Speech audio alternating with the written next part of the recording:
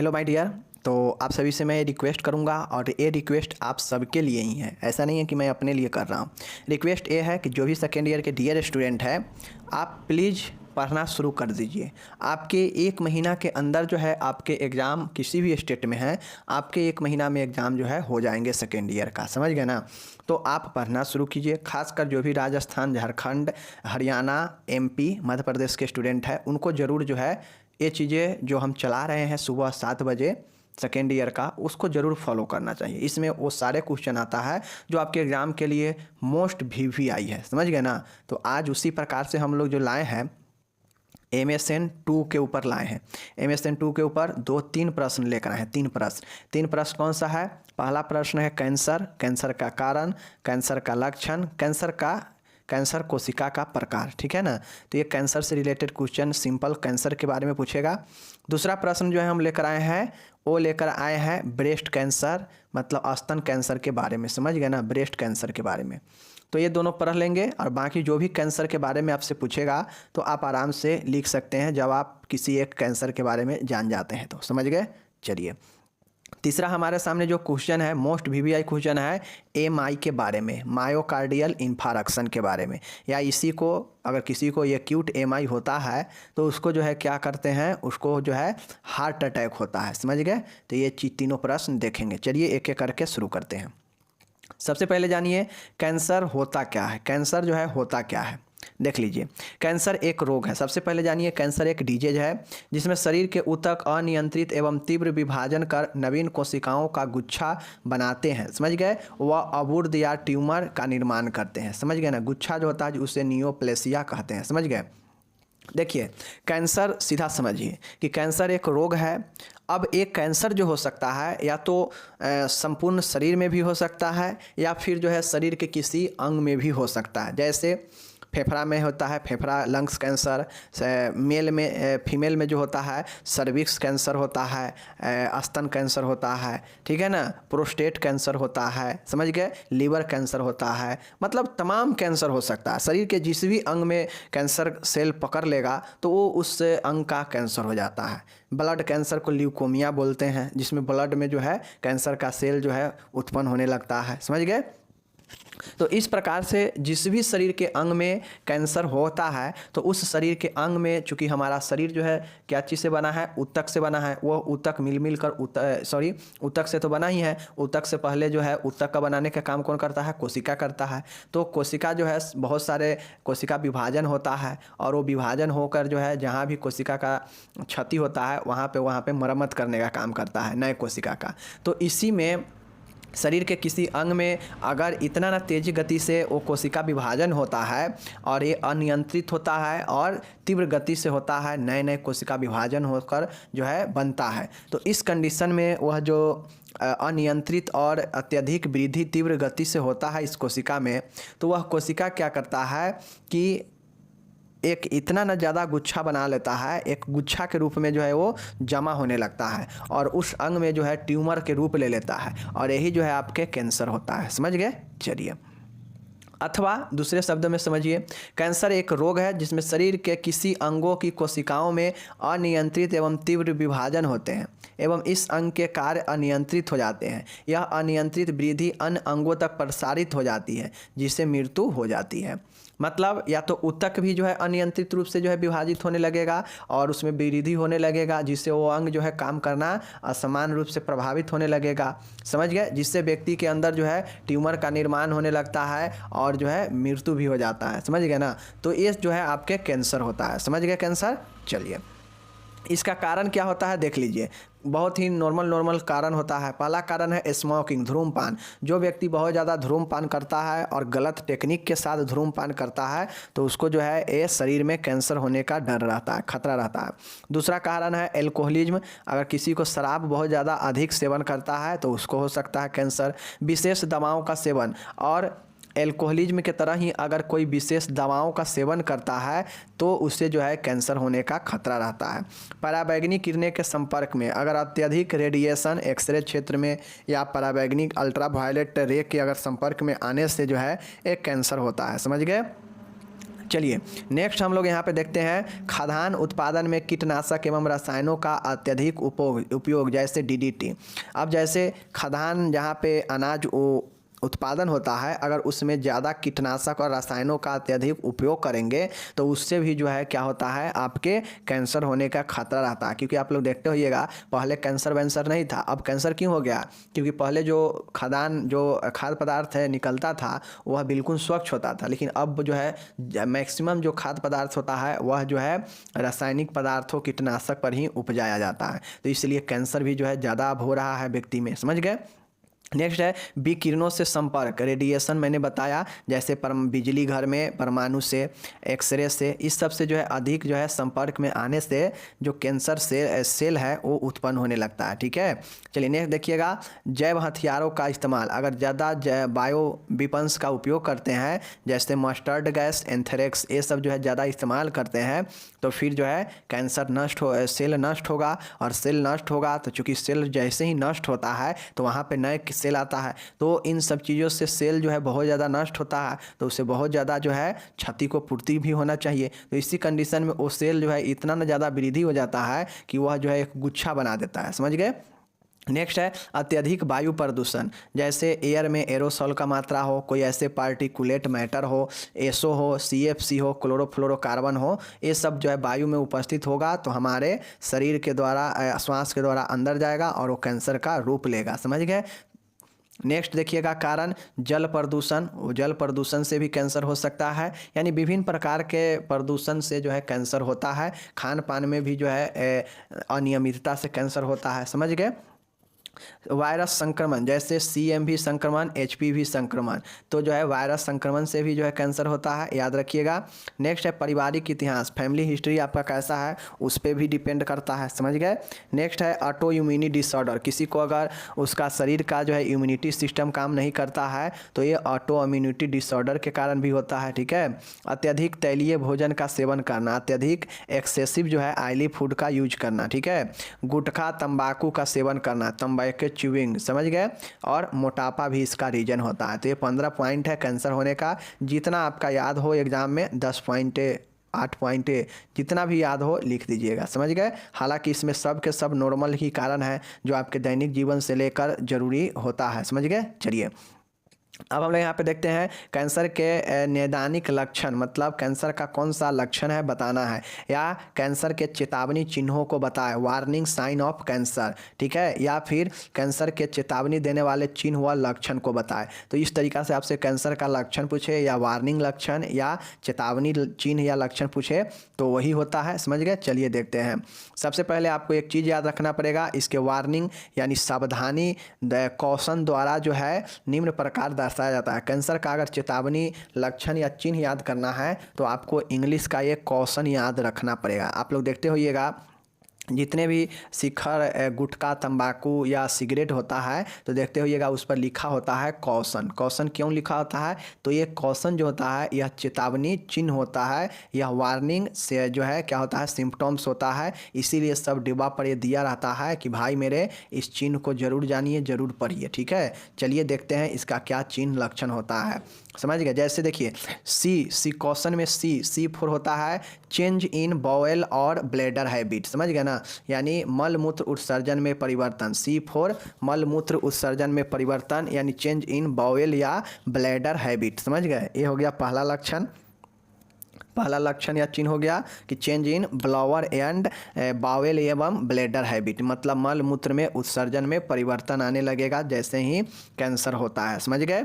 ए है ए अल्सर या सोर दैट डज नॉट हील, ऐसे शरीर पर घाव होते हैं जो नहीं भरता है। समझ गए ना, तो ए अल्सर या सोर डज नॉट हील। समझ गए ना, मतलब कभी न भरने वाला घाव। समझ गए? तो ए फॉर ए अल्सर और सोर दैट डज नॉट हील। समझ गए? चलिए नेक्स्ट देखते हैं। क्वेश्चन में यू है, यू का मतलब होता है अनयूजुअल ब्लीडिंग और डिस्चार्ज, मतलब असमान स्राव या रक्तस्राव। किसी को कैंसर होता है तो असमान रूप से स्राव या रक्तस्राव होता है जिसे अनयूजुअल ब्लीडिंग या डिस्चार्ज कहते हैं। समझ गए? ई फॉर अनयूजुअल ब्लीडिंग या डिस्चार्ज। ओके, चलिए उसके बाद होता है टी है, टी फॉर होता है थिकनिंग या लंप इन ब्रेस्ट या इल्सवेयर, मतलब गांठ होना, या तो स्तन में गांठ होगा या कहीं भी शरीर में गांठ हो सकता है। ये जो है यही कहता है थिकनिंग और लंप इन ब्रेस्ट और इल्सवेयर, समझ गए। नेक्स्ट देखिएगा आई फॉर इनडाइजेशन और डिफ़िकल्ट इन स्वालोइंग, अपच या निगलने में दर्द होना, समझ गए ना। क्या होगा, अपच होगा और निगलने में दर्द होगा, इनडाइजेशन और डिफ़िकल्ट इन स्वालोइंग, समझ गए। चलिए अब वो है ओ फोर होता है ऑबेसिव चेंज इन वाल्ट और मोल, तिल एवं मस्से की संख्या एवं स्थान में परिवर्तन। अब जैसे ही आपके शरीर में कैंसर सेल भी बहुत ज़्यादा एक्टिव होगा तो आपके शरीर में जो है क्या होगा, आपके बॉडी में तिल और मस्से के संख्या में भी जो है तीव्र गति से जो है दिखने लगेगा, समझ गए, बढ़ने लगेगा। एन फोर होता है नेक्रोसिस, कफ और हॉर्सनेस, लंबे समय से खांसी होना एवं आवाज़ में भारीपन होना। तो ये जो है आपको क्वेश्चन याद जब आप रखेंगे तो क्वेश्चन याद रखने से आपके जो है ये याद हो जाएंगे, समझ गए। बाकी इसको एक दो बार देखिएगा लक्षण को तो याद हो जाएगा, समझ गए। चलिए नेक्स्ट अब यहाँ पे आप लोग एक चीज़ देखिए, आप सभी से ये भी क्वेश्चन पूछेगा कि कैंसर सेल कितने प्रकार के होते हैं, समझ गए ना। कैंसर सेल यानी कोशिका सेल कितने प्रकार के होते हैं, जो कैंसर सेल होता है, कैंसर का कोशिका कितने होते हैं। तो देखिए पहला यह दो होता है, समझ गए। पहला है बेनाइल या इसी को कम गंभीर ट्यूमर कहते हैं, समझ गए ना। बेनाइन ट्यूमर या इसी को कम गंभीर ट्यूमर कहते हैं, समझ गए। चलिए देखिए यहाँ पे ऐसे ट्यूमर जिसमें कोशिका विभाजन की वृद्धि दर धीमी होती है वह मेटास्टेसिस अनुपस्थित होता है, बेनाइन ट्यूमर कहलाते हैं। ये जो है कैप्सुलेटेड होते हैं, वह नियमित एवं कम गंभीर होते हैं, जिनका उपचार प्रायः सफल होता है, ठीक है। देखिए किसी को अगर शुरुआती अवस्था का अगर कैंसर है तो उसमें मेटास्टेसिस जो होता है वह अनुपस्थित होता है और उस कंडीशन में यह कम गंभीर होता है, समझ गए ना। इसमें जो ट्यूमर होता है वह हल्का होता है, यह इसलिए होता है कि अभी यह स्टार्टिंग पीरियड होता है। तो यहाँ पे जो कोशिका विभाजन होता है ना, एक कोशिका डिवीजन में वृद्धि जो दर होता है वृद्धि होने का वह भी कम होता है, जिसके कारण ट्यूमर भी कम रहता है और मेटास्टेसिस भी अनुपस्थित होता है, जिसे बेनाइन ट्यूमर कहते हैं, समझ गए।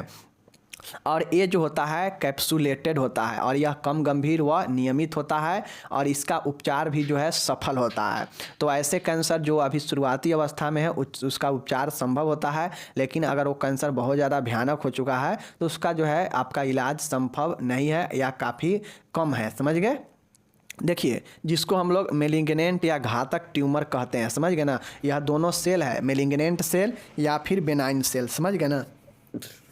और इसी को ट्यूमर भी कह सकते हैं हम लोग, समझ गए, मेलिग्नेंट ट्यूमर और बेनाइन ट्यूमर, समझ गए। चलिए ऐसे ट्यूमर जिसमें कोशिका विभाजन की वृद्धि दर अधिक व तीव्र रहती हो, इसमें मेटास्टेसिस उपस्थित रहता है, मेलिग्नेंट ट्यूमर कहलाते हैं। अब देखिए बिहार में ऑब्जेक्टिव कैसे पूछा था। बिहार में ऑब्जेक्टिव पूछा था कि किस कैंसर में मेटास्टेसिस जो है उपस्थित होता है, समझ गए ना। और दिया था वहाँ पे कि ऑप्शन में था मेलिग्नेंट, बेनाइन, मेलिग्नेंट और बेनाइन दोनों, इनमें से कोई नहीं। तो आप लोग को सामने आ गया ना कि मेटास्टेसिस जो होता है वह मेलिग्नेंट यानी घातक ट्यूमर में उपस्थित होता है, बेनाइन में यानी कम घातक में उपस्थित नहीं होता है, समझ गए। और बेनाइन जो होता है वह कैप्सुलेटेड था, लेकिन ये नॉन कैप्सुलेटेड होता है और यह अनियमित होता है, वह अधिक गंभीर होता है, समझ गए। कौन, बेनाइन ट्यूमर यानी घातक ट्यूमर, जिनके उपचार की सफलता दर कम होती है। सफलता दर कम होने का मतलब है कि उपचार कराने के बाद बहुत कम ही पेशेंट होते हैं जो सही हो पाते हैं, वरना सब जो है राम राम कह देते हैं, समझ गए ना। चलिए तो ये हो गया मेलिग्नेंट या घातक ट्यूमर आपका हो गया, ओके। चलिए अब यहाँ पे दो सेल अब देख लिए। अब देखिए यहाँ पे हर एक जो भी विभिन्न प्रकार के कैंसर है उसके लिए जो है अलग अलग डायग्नोस्टिक है, अलग अलग जांच होता है। तो चलिए हम लोग यहाँ पे देख लेते हैं कि किसके लिए क्या क्या जांच होता है। चेस्ट एक्सरे जो होता है फेफड़ा के कैंसर के लिए होता है, समझ गए। CT स्कैन होता है ब्रेन के कैंसर के लिए, समझ गए। CBC जो टेस्ट होता है या CBC ब्लड के जो है ब्लड कैंसर के लिए होता है, समझ गए। नेक्स्ट देखिएगा, स्टूल टेस्ट जो होता है, यह स्टूल टेस्ट जो होता है यह कोलोन के कैंसर के लिए जांच होता है, समझ गए। बीएससी ब्रेस्ट सेल्फ एग्जामिनेशन, यह स्तन कैंसर का जांच करने के लिए है, समझ गए। ये सब डायग्नोसिस है, याद रखिएगा। मैमोग्राफी स्तन कैंसर के ही जांच के लिए है। स्किन इंस्पेक्शन त्वचा कैंसर के लिए है। सिग्मोइडोस्कोपी बृहदान्त्र कैंसर की जाँच के लिए है, समझ गए ना। सिग्मोइडोस्कोपी बृहदान्त्र की कैंसर की जांच के लिए है, समझ गए। ये सब याद रखिएगा। नेक्स्ट यहाँ पे देखिएगा कि पैपेनियो कोलाई यानी पैप टेस्ट जो होता है, पीएपी पैप टेस्ट, यह सर्विस कैंसर की जांच के लिए होता है। और testicular self examination, TAC testicular self examination, यह टेस्टिस यानी वृषण कैंसर की जांच के लिए होता है, समझ गए। तो ये जो है आपके 10 हम लोग बता दिए हैं, सबका बता दिए डायग्नोस्टिक भी कि किस में कौन सा डायग्नोस्टिक होता है, समझ गए। चलिए, तो आपका यहाँ पे नॉर्मल जो कैंसर होता है, नॉर्मल कैंसर समाप्त हो गया। और आप लोग जो है इसको जहाँ भी आपको दिक्कत लगे वीडियो को थोड़ा बैक कीजिए और उसको पुनः देखिए, समझ गए। चलिए, नेक्स्ट हम लोग यहाँ पे देखने का प्रयास करते हैं स्तन कैंसर को। स्तन कैंसर क्या है, कारण क्या है, लक्षण क्या है, निदान क्या है, सब चीज़ देखेंगे ब्रेस्ट कैंसर के बारे में, ठीक है। यह भी एक प्रकार के कैंसर ही है, समझ गए। इतना चीज़ें जान लीजिए कि यह भी एक प्रकार के कैंसर ही है, चूँकि यह ब्रेस्ट में होता है इसलिए इसका नाम जो है ब्रेस्ट कैंसर रखा गया है, समझ गए।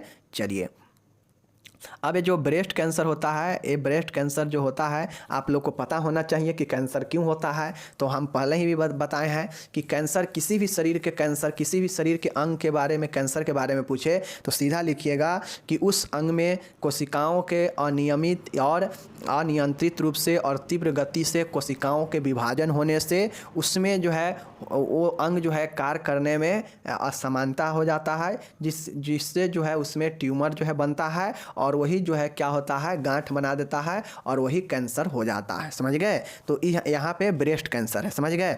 तो देख लीजिए, ब्रेस्ट कैंसर का मतलब है कि ब्रेस्ट में, चूँकि शरीर का हर एक अंग, हर एक पूर्ण शरीर ही कोशिका से मिलके बना है, टिश्यू से मिलके, तो चाहे ब्रेस्ट हो चाहे कुछ भी हो, सब बना है।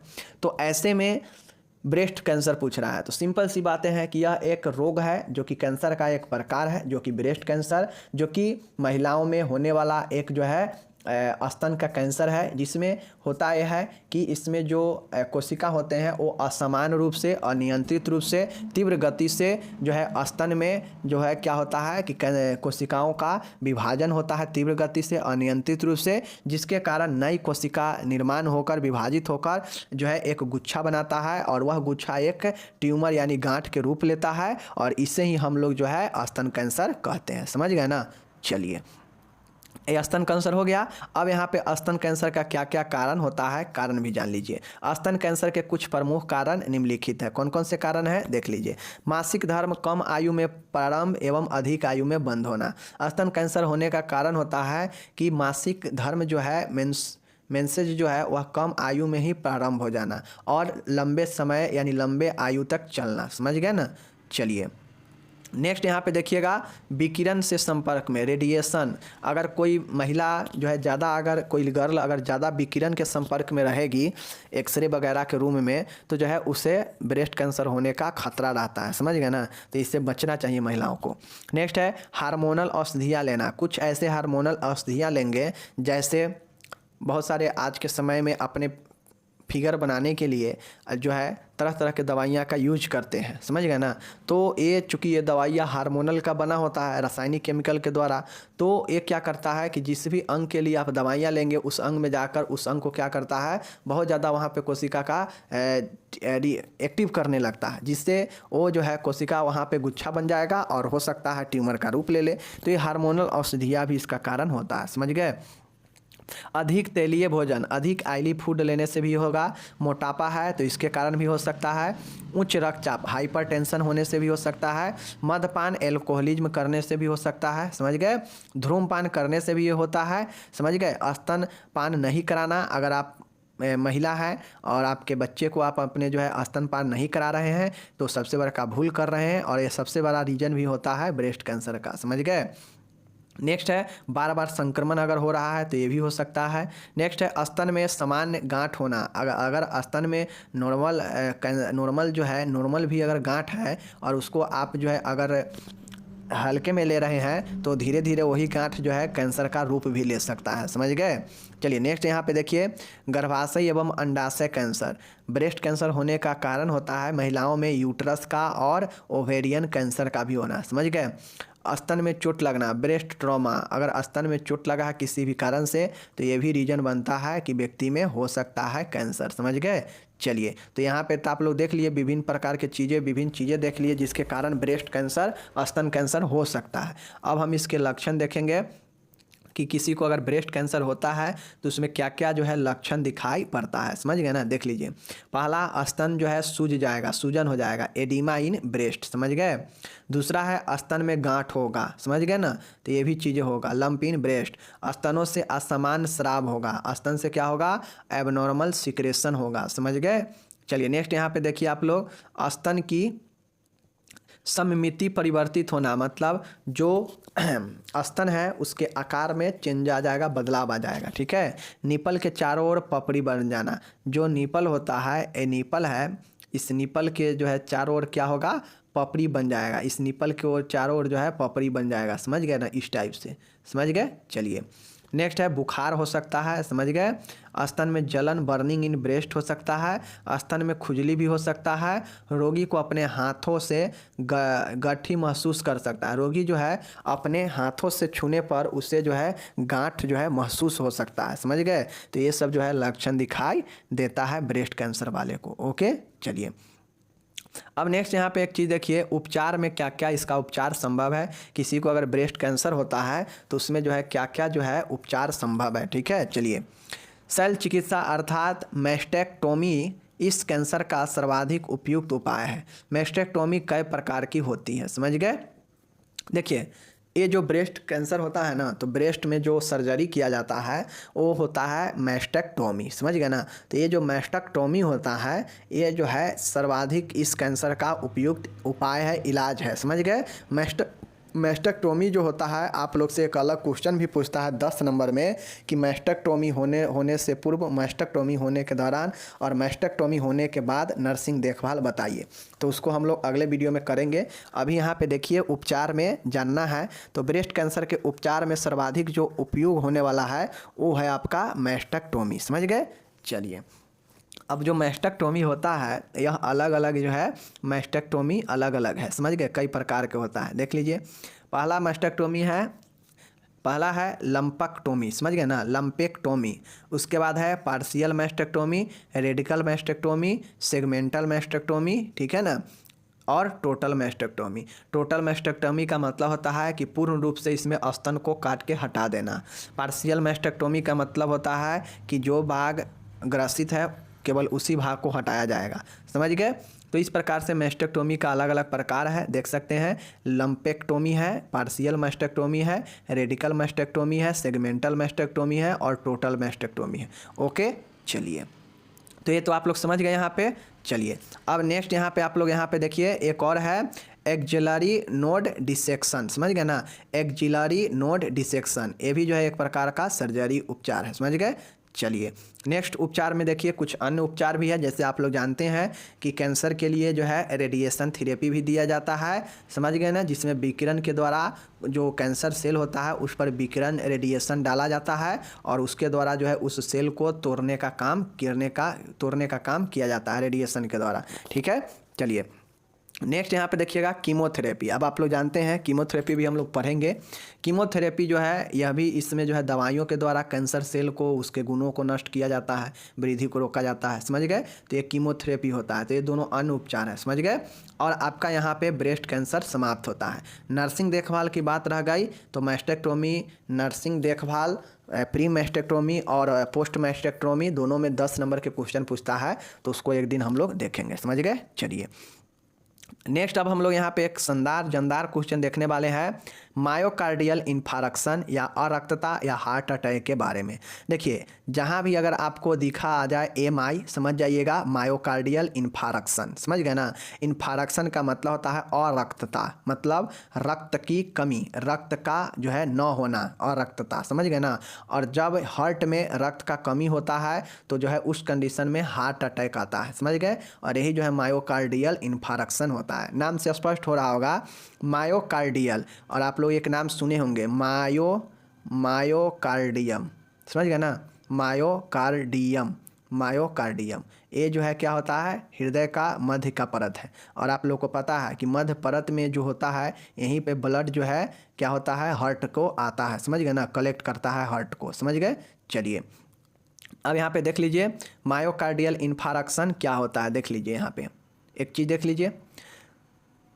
हृदय की पेशियाँ, हृदय का पेशियाँ कार्डियक पेशी कहाँ मौजूद होता है, तो आप लोग को पता होना चाहिए कि कार्डियक जो पेशी होता है वह हृदय के मध्य परत में ही जो मायोकार्डियम होता है वह कार्डियक पेशी का ही बना होता है, समझ गए। चलिए तो ये जो मायोकार्डियम होता है मध्य परत वाला, इसमें जो ब्लड होता है वह ब्लड लंबे समय से जो है रुक जाता है, नहीं आ पाता है, जिसके कारण ये जो मायोकार्डियल का जो परत होता है, जो पेशियाँ होता है, यहाँ का पेशी नष्ट होने लगता है, समझ गए। और नष्ट होते ही जो है व्यक्ति में क्या होता है कि मायोकार्डियल इन्फारक्शन होता है या हार्ट अटैक आ जाता है, समझ गए। समझे कि नहीं, कि हार्ट है, समझ गए ना, उस हार्ट में 3 लेयर होता है। 3 लेयर में जो बिचला लेयर मायोकार्डियम का होता है वह क्या होता है, कार्डियक टिश्यू का बना है, मतलब पेशीय हृदयक पेशी का बना है। तो जो हृदय पेशी का बना हुआ जो मायोकार्डियम है, तो ब्लड का भी जो हार्ट का जो ब्लड पूर्ति होता है ना, वो जो है मायोकार्डियम में ही होता है। तो उस मायोकार्डियम में जो होता है, जब किसी को MI होता है या हार्ट अटैक होता है, तो हार्ट अटैक तभी ही आता है जब अचानक से क्या होता है कि हृदय को ब्लड सप्लाई बंद हो जाता है, रुक जाता है। तो उस कंडीशन में व्यक्ति को जो है क्या होता है, हार्ट अटैक आ जाता है, समझ गए। क्योंकि जानते हैं हम लोग कि हमेशा हमेशा हृदय जो है अपना काम करते रहता है, हृदय कभी बैठता नहीं है। हृदय बैठ जाएगा मतलब ज़िंदगी आपका बैठ जाएगा। तो इसलिए हृदय हमेशा काम करते रहता है, तो इसलिए हृदय को हमेशा ब्लड भी चाहिए उसमें, ताकि तब तो वो पंप करेगा ना। लेकिन जैसे ही ब्लड रुकेगा मतलब मायोकार्डियल इन्फारक्शन होगा, यानी हार्ट अटैक आएगा और व्यक्ति स्वाहा हो जाएगा, अगर कुछ देर में उसको देख रेख नहीं किया जाए तो, समझ गए ना। तो यही जो है मायोकार्डियल इन्फारक्शन होता है, समझ गए। मायोकार्डियल इन्फारक्शन क्यों होता है, क्योंकि जो ब्लड आता है, जो ब्लड आता है हार्ट में बॉडी को सप्लाई करने के लिए, तो वो ब्लड जो मायोकार्डियम है, चूँकि शरीर के हर एक अंग को जीवित रहने के लिए ब्लड चाहिए, उसी प्रकार से हार्ट को भी भाई जिंदा रहने के लिए ब्लड चाहिए। तो जो मायोकार्डियल जो कार्डियक पेशी का बना हुआ है उसको भी अपना ब्लड चाहिए, लेकिन इसी घड़ी में ब्लड रुक जाता है। ब्लड जो है उस मायोकार्डियम को यानी हृदय के मध्य परत को जो है ब्लड नहीं मिल पाता है, जिसके कारण क्या होता है, इन्फारक्शन आ जाता है, यानी अरक्तता हो जाता है, मतलब रक्त न मिल पाता है, जिसके कारण व्यक्ति को हार्ट अटैक आ जाता है, यानी उससे मायोकार्डियल इन्फारक्शन कहते हैं, समझ गए। चलिए ये समझ गए। चलिए अब इसका कारण क्या क्या हो सकता है देख लीजिए। पहला कारण है एरिथ्रोस्क्लेरोसिस होता है, समझ गए ना, एथेरियोस्क्लेरोसिस होता है। आप लोग को पता होगा एथेरियोस्क्लेरोसिस में क्या होता है कि इसमें जो होता है जटिल जो कण होता है, क्रिस्टलीय कण जो है ब्लड सर्कुलेशन में जमा हो जाता है उस नली में, जिसके कारण ब्लड का प्रवाह जो है रुक जाता है, समझ गए। उसी के बाद है आर्टेरियोस्क्लेरोसिस है, जो आर्टरी होता है उस आर्टरी में भी जो है छोटे छोटे कण ठोस के रूप में जमा हो जाने से जो है ब्लड का सप्लाई आगे रुक जाता है। तो ये आर्टियोस्क्लेरोसिस भी होता है और एथेरियोस्क्लेरोसिस भी इसका कारण होता है, समझ गए ना। चलिए नेक्स्ट देखिए, यहाँ पे नेक्स्ट कारण होता है कोरोनरी धमनी में रोग, कोरोनरी आर्टरी डिजीज, जैसे सिकुड़ना, स्टेनोसिस, स्पाज्म, संकुचन, स्थानिक विस्तार या फूलना, समझ गए ना। तो कोरोनरी आर्टरी का डिजीज का मतलब है कि जो कोरोनरी आर्टरी के द्वारा जो ब्लड मायोकार्डियम को मिलता है वह जो है उसमें संकुचन होने के कारण या स्पाज्म मतलब सिकुड़न होने के कारण ब्लड जो है मायोकार्डियम को नहीं मिलता है, जिसके कारण हार्ट अटैक यानी मायोकार्डियल इन्फारक्शन हो जाता है, समझ गए। तो एक कोरोनरी आर्टरी डिजीज भी होता है, इसका कारण CAD, समझ गए। चलिए धमनी में रक्त का थक्का होना यानी थ्रोम्बोबोलिज्म, समझ गए ना। धमनी में रक्त का थक्का होना, मतलब किसी भी कारण से जो आर्टरी है, धमनी है, उसमें ब्लड का जमाव हो जाएगा, थक्का बन जाएगा, जिसके कारण ब्लड जो है आगे नहीं जा पाएगा, और इस कंडीशन में भी ये जो है आपका होता है एमआई, समझ गए। चलिए ये सब कारण याद रखिएगा, CAD, coronary artery disease, arteriosclerosis, समझ गए। थ्रोम्बोबोलिज्म यानी धमनी में रक्त का थक्का होना, हृदय में किसी भी प्रकार के संक्रमण जैसे पेरिकार्डिटिस, मायोकार्डाइटिस, एंडोकार्डाइटिस, समझ गए ना, ये संक्रमण होता है। ओके चलिए नेक्स्ट यहाँ पे देखिएगा आप लोग, मधुमेह इसका कारण हो सकता है, समझ गए। पारिवारिक इतिहास, फैमिली की हिस्ट्री इसका कारण, ज़्यादा स्मोकिंग करना इसका कारण हो सकता है, समझ गए। ये चीज़ें हैं। उसके बाद आप लोग को मैं बता दूं, अत्यधिक वसीय भोजन, अगर अत्यधिक ऑयली फूड करेंगे तो वो ऑयली फूड फैट बढ़ाएगा, और वो फैट जो है क्या करेगा कि आपके आर्टरी को ब्लॉक करेगा, और जब आर्टरी ब्लॉक होगा तो ब्लड जो है हृदय को नहीं मिल पाएगा, और उस कंडीशन में हार्ट अटैक आ जाएगा, समझ गए। तो इसलिए ज़्यादा ऑयली भोजन भी ना करें, और शरीर को मेंटेन रखें, मोटापा ज़्यादा नहीं करे, समझ गए। उसके बाद है निष्क्रिय जीवन शैली, सेडेंटरी लाइफ स्टाइल, समझ गए ना, मतलब आप जीवन में कोई ऐसा एक्टिविटी नहीं कर रहे हैं जिससे शरीर एक्टिव रहे, आपका शरीर निष्क्रिय हो जाएगा तो ये हार्ट अटैक आ ही जाएगा। हार्मोनल गर्भ निरोधक का सेवन, अब कोई ऐसे हार्मोनल चीज़ों का ले रहे हैं जो कि गर्भ को रोकने वाला हो, तो उससे भी जो है आपके हार्ट अटैक यानी एमआई आ सकता है, समझ गए। तो ये सब जो है रीज़न है, आप लोग कारण में देख लिए एमआई होने का। अगर आप लोग को कहीं भी कोई कन्फ्यूजन लगे, मैं बार बार कहता हूँ, वीडियो को वहीं पर रोकिए और वीडियो को पीछे चले जाइए, जहाँ से आपको फिर से समझना है वहाँ से फिर से उसको जो है देखने का प्रयास कीजिए, ताकि आप अच्छे से समझ जाए, समझ गए। चलिए लक्षण अब देखते हैं हम लोग, एमआई का या हार्ट अटैक का क्या लक्षण होता है, चलिए देखते हैं। पहला है लगातार तेज दर्द होना, किसी को अगर हार्ट अटैक होता है तो सीने में अचानक से काफ़ी तेज दर्द उत्पन्न होता है, समझ गए। चलिए उसके बाद है दर्द बाईं भुजा में फैलना, जो दर्द होता है वह रेडिएंट टू लेफ्ट आर्म, मतलब बाईं भुजा में, बाएं बाहों में दर्द जो है फैलने लगेगा, ठीक है ना। उसके बाद है दर्द लंबे समय 12 घंटे तक या इससे अधिक तक रहेगा, समझ गए। तीव्र उल्टियाँ होना, सीवियर वोमिटिंग, समझ गए, ये सब लक्षण होता है। हाथ पैर ठंडे पड़ने लगेगा, समझ गए ना। अत्यधिक पसीना आना, डायफोरेसिस, समझ गए। नाड़ी दर अधिक तीव्र हो जाना, श्वसन में कठिनाई होने लगना, ठीक है ना। तो ये सब जो है एक पेशेंट के अंदर होता है, और अक्सर आप लोग देखते हुए जिसको हार्ट अटैक होता है तो उसको भी ये लक्षण होता है। तो एमआई तो ये हार्ट अटैक है, जैसे श्वसन में उसको कट होता है, नाड़ी दर उसका अत्यधिक हो जाता है, अत्यधिक पसीना आने लगता है, हाथ पैर ठंडा होने लगता है, समझ गए ना। हार्ट अटैक वाले को तीव्र उल्टी होता है, उसका पेन जो होता है अत्यधिक होता है और 12 घंटे तक रह सकता है, समझ गए। और ये जो दर्द होता है उसका चेस्ट का, वो बाईं भुजा तक जो है फैलने लगता है, और लगातार तेज भी हो सकता है दर्द, समझ गए। तो ये लक्षण है, लक्षण को आप लोग याद रखिएगा। ओके चलिए अब इसका जटिलता क्या होता है, कॉम्प्लिकेशन क्या हो सकता है एमआई का, देख लीजिए यहाँ पे। इसमें और जो प्रॉब्लम होगा एमआई के साथ में क्या चीज़ होगा देख लीजिए।